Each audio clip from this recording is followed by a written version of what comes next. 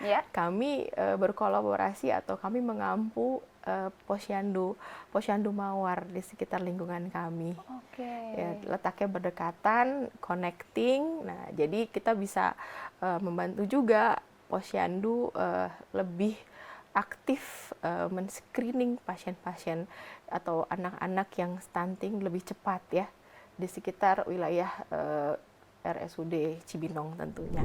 Kami di Rumah Sakit Cibinong membuat tempat penitipan anak buat karyawan Untuk supaya karyawan kami juga bisa melaksanakan ASI eksklusif 6 bulan.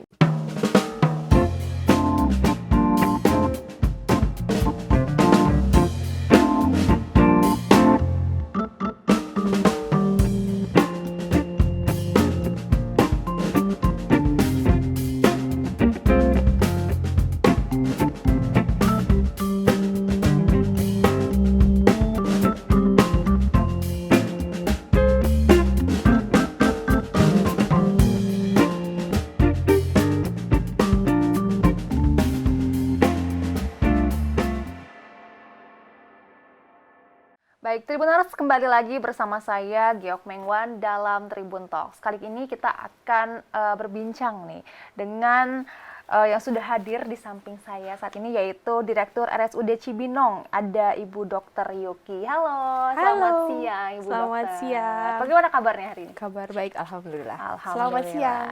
Selamat siang, Tribuners. Nah, Tribuners, ini kan stunting nih, kita bicara stunting ya dok ya.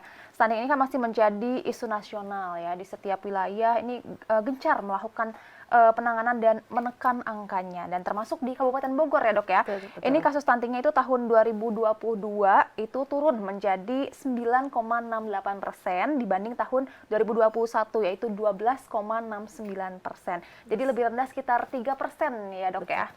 Nah, sebelum kita membahas lebih jauh nih peran dari RSUD Cibinong soal stunting ini, sebenarnya apa sih stunting itu dok? Boleh dijelasin? Ya, stunting yang sedang kekinian gitu ya, sebenarnya memiliki arti kurang lebihnya begini, gangguan tumbuh kembang pada anak yang disebabkan kekurangan gizi kronis ataupun karena anaknya sering infeksi yang berulang.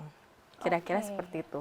Oke, jadi gangguan tumbuh kembang ya dok ya, jadi nggak cuma pertumbuhan yang terlihat fisik aja ya, berarti secara psikis juga. Secara perkembangan mungkin dia ada gangguan motorik, gangguan dan lain-lain, serta psikis ya, betul. Oke, nah tadi kan disebutkan nih kalau misalkan Kabupaten Bogor ini sukses menurunkan sekitar 3% angka stunting ya dok ya. Nah untuk dari peran dari RSUD Cibinong ini, apakah ada program yang dicanangkan dok? Baik, tentunya kami Rumah Sakit Cibinong sebagai rumah sakit rujukan ya di Kabupaten Bogor itu memiliki peran pertama sebagai bagian dari jejaring. Jadi kami selalu berkoordinasi dengan Dinas Kesehatan, kemudian fasilitas pelayanan kesehatan tingkat pertama ataupun puskesmas untuk memberikan layanan terintegrasi dan komprehensif. Kami memiliki tim khusus yang menangani stunting, terdiri dari multidisiplin. Kemudian kami juga berperan aktif ya. Pengobatan stunting itu kan tidak hanya pengobatannya, tetapi juga pencegahannya. Ya, jadi kami memberikan edukasi, promosi kesehatan tentang stunting, baik untuk pasien dan keluarga yang berkunjung ataupun ya zaman sekarang ya melalui media sosial dan media lainnya, itu untuk promosi dan preventif. Kemudian kami juga karena rumah sakit rujukan dengan fasilitas yang cukup lengkap ya, pasien yang datang kami lakukan deteksi dini atau screening ya. Kemudian jika memang ditemukan stunting, kami lakukan penanganan sesuai dengan penyakit yang ada. Banyaknya kalau ke rumah sakit tuh biasanya datangnya pasien stunting dengan penyakit penyerta Mbak, misalnya dengan batuk, kemudian juga dengan lain-lain lah ya. Sehingga kami juga menanganinya penyakit-penyakit penyerta itu. Kemudian juga untuk ibu yang hamil ya, kesehatan ibu dan anak.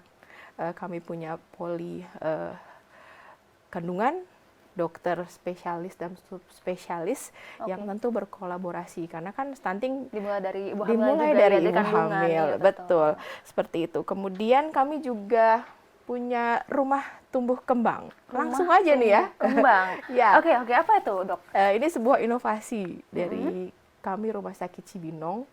Bagaimana kami memberikan pelayanan kepada anak-anak dengan gangguan tumbuh kembang, tidak hanya stunting ya, tapi salah satunya stunting, di mana ruangan rehabilitasi medik itu diberikan suasana yang nyaman gitu, seperti seakan-akan anak sedang bermain, nggak ke rumah sakit gitu.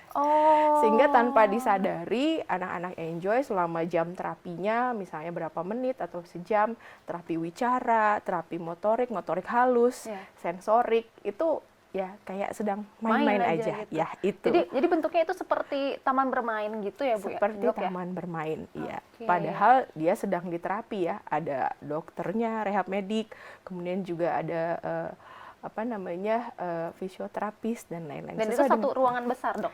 Ya, satu ruangan, ada ruangan-ruangannya khusus ya, terapi sensorik sendiri, terapi wicara, ada anak-anak yang delay speech atau autis mungkin, nah itu juga bisa kami tangani. Jadi yang terhambat tumbuh kembang, dan itu untuk pasien umur berapa, Dok? Mulai dari bayi ya, bayi kan kadang bentuknya sederhana ya, kalau bayi pijat bayi ya, kemudian juga sampai dengan anak usia sekolah itu bisa kami tangani di rumah tumbuh kembang. Dan ini sejalan banget sama yang lagi kita bahas ya, Dok ya, stunting. Betul. Jadi yang stunting juga dirawat atau ditangani di situ ya, Dok? Ya tergantung dengan tadi ya, biasanya yang sudah datang ke rumah sakit kan memiliki penyakit penyerta.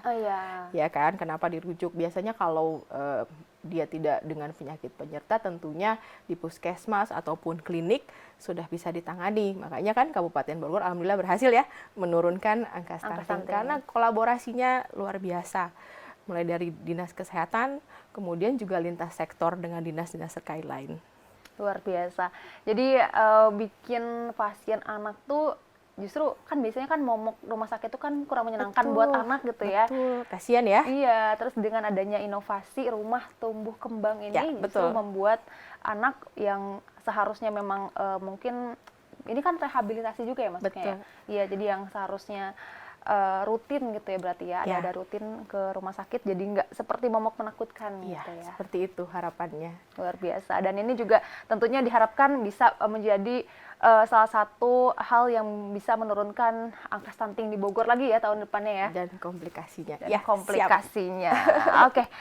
Nah, Dok, kita balik lagi ke stunting nih. Apakah di tim di RSUD Cibinong ini ada tim yang bergerak buat ngedeteksi setiap anak yang mungkin aja stunting gitu, yang misalkan datang ke rumah-rumah, ke kelurahan-kelurahan? Oh ya, mungkin untuk terjun langsung ke rumah itu kami berkoordinasi dengan dinas kesehatan ya tentunya. Tetapi karena kami memiliki tenaga dokter anak, kemudian kandungan dan lain-lain, dan sesuai dengan koordinasi dari dinas kesehatan, kami juga memberikan bantuan edukasi ya kepada puskesmas ataupun klinik gitu. Tapi yang paling penting biasanya tadi ya kami menerima rujukan ataupun deteksi ya, antropometri biasanya ya kita lakukan ya, baik di IGD, pemeriksaan antropometri di IGD ataupun di rawat jalan. Nah, kemudian penanganannya tentu komprehensif, ada dokter anak, ada ahli gizi dan sebagainya ya. Karena multidisiplin tadi ya, Dok ya? Betul. Oke. Nah, tapi apakah RSUD Cibinong ini tahu berapa jumlahnya dan ini tersebar di mana aja sih stuntingnya? Kalau tidak salah kami di Dinas Kesehatan Kabupaten Bogor itu sudah memiliki sistem untuk awareness ya. Jadi posisi-posisi pasien itu ada di wilayah mana, dan itu selalu kami koordinasi.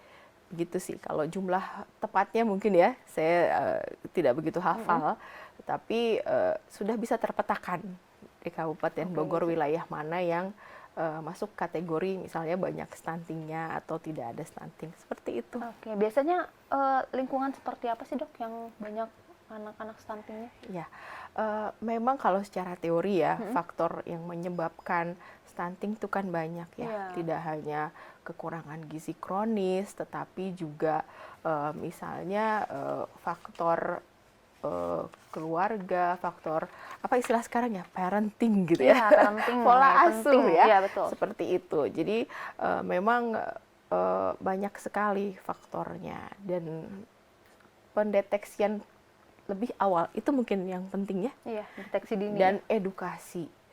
Kadang kan ibu hamil tidak teredukasi dengan baik, Iya. sehingga 1000 hari itu ya udah duluan kelewat ya. Iya, benar. Karena kan katanya kan kalau stunting tuh kalau udah lebih dari 2 tahun ya usianya itu hampir tidak bisa disembuhkan. Apa itu benar ya, Dok ya? Ya memang untuk disembuhkan tentu tidak ada ya misalnya zero stunting gitu, enggak ya. Tetapi tadi ya komplikasinya bisa kita tangani. Kemudian bagaimana anak ini mengejar fungsinya ya, fungsi tumbuh kembangnya itu yang harus kita dorong terus seperti itu. Dan mudah-mudahan tadi ya nggak usah nunggu terlambat kan, begitu dari awal kita ketahui langsung diintervensi mulai dari tingkat keluarga ataupun dari dinas kesehatan atau puskesmas terkait, terus kita pantau. Yang penting monitoringnya juga sih. Iya, benar-benar. Nah, kalau penanganan awalnya nih untuk pasien stunting di RSUD Cibinong ini gimana, Dok? Ya, itu tadi kita biasanya saat datang ke rawat jalan, ke poli misalnya, klinik anak, itu anak-anak kita ukur ya antropometrinya. Ada rumusnya lah secara WHO, tinggi badan, berat badan ya kan. Nah, kita evaluasi dari situ. Kemudian juga untuk ibu hamil ya, banyak kan apakah dia sudah kontrol dengan baik sebelumnya, ada yang namanya ANC ya, kontrol kehamilan antenatal care. Jadi itu biasanya kalau misalnya hamil gitu ya, kan harus ada periksanya di bulan keberapa, kemudian yang harus diminum tablet vitamin, tablet tambah darah, iya gitu. Dan bulan keberapa dilakukan USG untuk melihat perkembangan bayi. Tadi stunting itu yang penting adalah pencegahan, deteksi dini dan pencegahan seperti itu. Karena disitulah generasi penerus bangsa kita ya. Iya, betul. Kita kan tentunya pengen generasi penerus kita itu adalah yang berkualitas ya, Dok ya, yang sehat, tumbuh dan kembangnya. Betul. Nah, tadi kan sudah juga dijelaskan soal pemantauan dan pengawasan ya, Dok ya. Nah, sekarang mungkin lebih ke bentuk fisik dari penderita stunting ini kan sebenarnya ketara ya, Dok ya, katanya kan kurus, itu pendek, dan katanya lebih muda daripada usianya gitu ya, Dok ya. Tapi sebenarnya idealnya gimana sih, Bu? Kan ada hitung-hitungannya. Iya, ada hitung-hitungannya tuh. Sih, Dok? Kan kita yang awam nggak tahu nih, ini anak kita tuh stunting atau emang awet muda aja nih. Iya, gitu betul. Jadi ada indeks namanya, ada status gizi, indeks antropometrinya. Jadi ada kategorinya berdasarkan WHO, umur 0 sampai 5 tahun, kemudian juga 5 sampai dengan 18 tahun. Seperti itu ada kategorinya, Mbak. Kita hitung tinggi badan dibandingkan dengan berat badan. Seperti itu. Dan itu bisa self ini nggak sih, kayak kita yang melakukan hal tersebut, atau emang harus ke fasilitas kesehatan? Sebenarnya itu bisa, makanya pentingnya edukasi ya. Jadi ibu hamil diberikan edukasi, kemudian ibu-ibu yang punya anak bayi dan lain-lain. Nah, itu pentingnya posyandu. Nah, ya kan, posyandu. Dan uniknya lagi nih, dari Rumah Sakit Cibinong, kami berkolaborasi atau kami mengampu posyandu mawar di sekitar lingkungan kami. Ya, letaknya berdekatan, connecting. Nah, jadi kita bisa membantu juga posyandu lebih aktif men-screening pasien-pasien atau anak-anak yang stunting lebih cepat ya, di sekitar wilayah RSUD Cibinong tentunya. Berkolaborasi dengan kelurahan, kemudian juga Dharma Wanita dan PKK. Ibu-ibu PKK tuh keren-keren loh, keren banget. Karena seperti yang kita ketahui kan, peran ibu kan luar biasa. Iya, jadi kalau ibunya cerdas ya kan, anaknya juga insya Allah cerdas gitu lah. Iya, benar-benar. Ya kan? Jadi kolaborasi ini kan jadi bisa menjangkau lebih lebih dalam mungkin ya ke masyarakat. Apalagi kan ibu-ibu PKK yang apa namanya yang sehari-harinya mungkin ngerumpi, jadi rumpiannya juga apa namanya bermanfaat gitu Berfaedah ya, ya kalau anak sekarang ya. gitu ya. Rumpi tentang pentingnya apa namanya pencegahan stunting gitu Betul, ya, Dok, pemberian ya. protein, Pemberian protein. seperti itu. Nah, bicara soal pemberian protein nih, Dok. Kan banyak yang apa namanya masih salah kaprah gitu, masih yang ngasih susu katanya gitu kan ke yang anak-anak yang mungkin stunting gitu ya. Sebenarnya kan bukan itu ya, Dok ya. Apa sih emang yang harus dikasih gitu Ya. buat mencegah ini proteinnya? Tentunya pengetahuan gizi ya bagi ibu-ibu itu harus terus kita dorong. Kalau ada kampanye stunting itu sebenarnya mudah ya, pemberian telur. Telur itu adalah protein yang paling ekonomis dan bisa Iya, didapatkan benar. di mana saja. Kadang tuh takut ya orang tua ngasih telur, wah nanti tiap hari makan telur nanti Bisul bisulan. katanya. Ya itu ya seperti itu kan. Yang penting harus diberikan edukasi. Kemudian protein juga ada protein hewani dan protein nabati. Tentunya gizi seimbang itu harus dipahami oleh seorang ibu. Apalagi kalau aduh anaknya susah makan ya, picky eaters ya zaman sekarang. Iya, picky eaters bagaimana Pilih-pilih. cara ya kan pilih-pilih. Nah itu pentingnya kalau memang sudah tidak bisa ya maka harus konsultasi dengan ahli gizi ataupun dokter anak ya. Tapi sebenarnya benar gak sih, Dok, yang soal tadi makan banyak makan telur itu bisa jadi bisul? Ini intermezzo aja. Enggak lah ya. Enggak ya Enggak lah ya.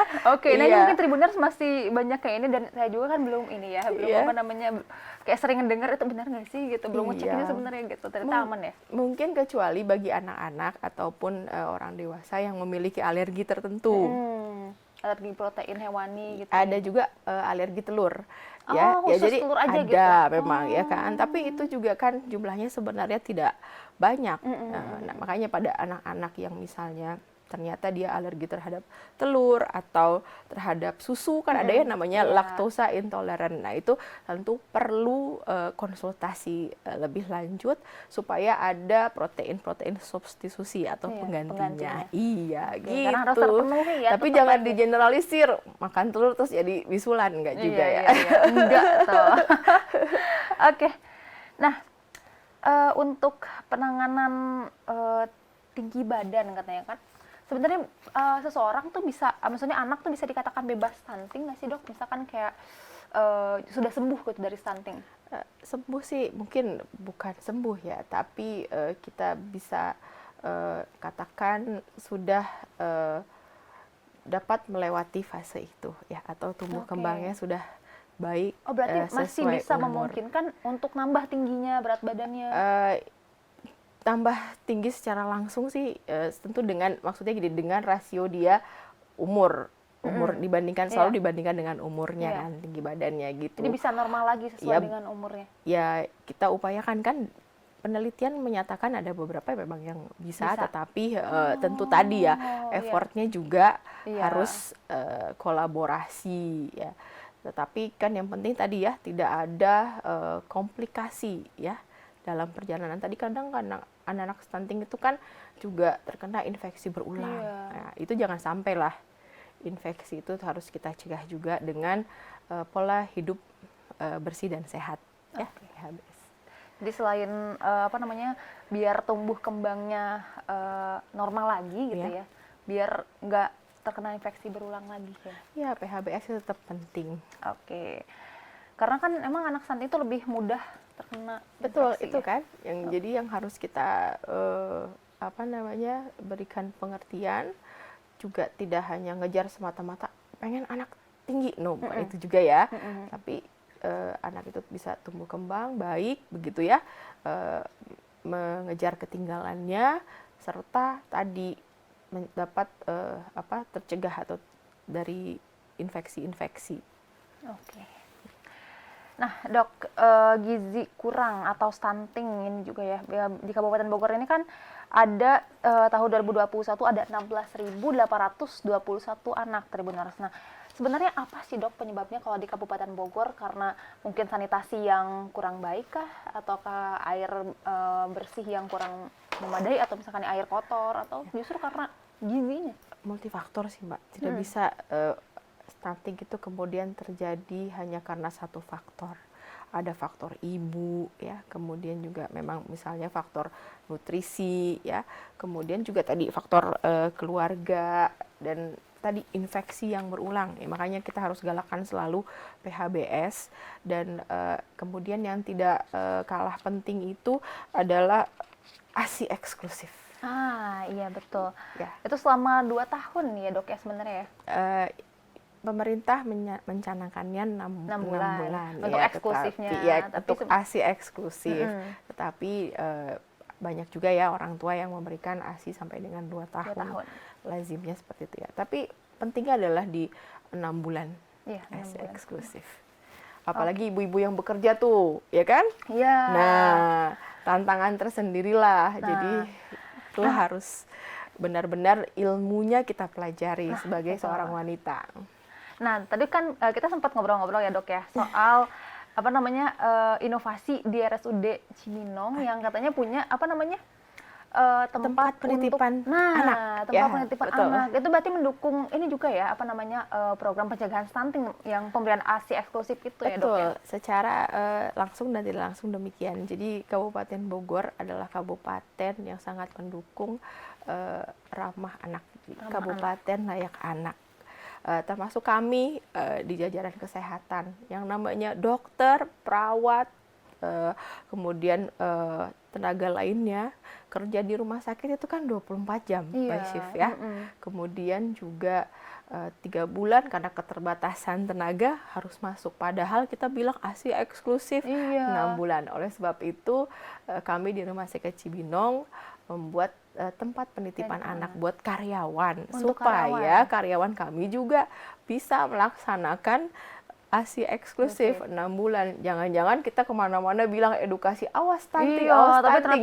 Nah, anak kita sendiri nggak keurus. Itu kan tentu kita sebagai ibu harus juga bisa menerapkan hal ini kepada diri kita sendiri walaupun kita nakes ya, seperti itu. Iya, betul-betul. Jadi sejauh ini hanya untuk karyawan ya dok ya? Saat ini untuk karyawan. Tapi ada kemungkinan nggak sih dok kayak penitipan anak ini bisa buat umum gitu? Saat ini sih belum, Mbak. Iya.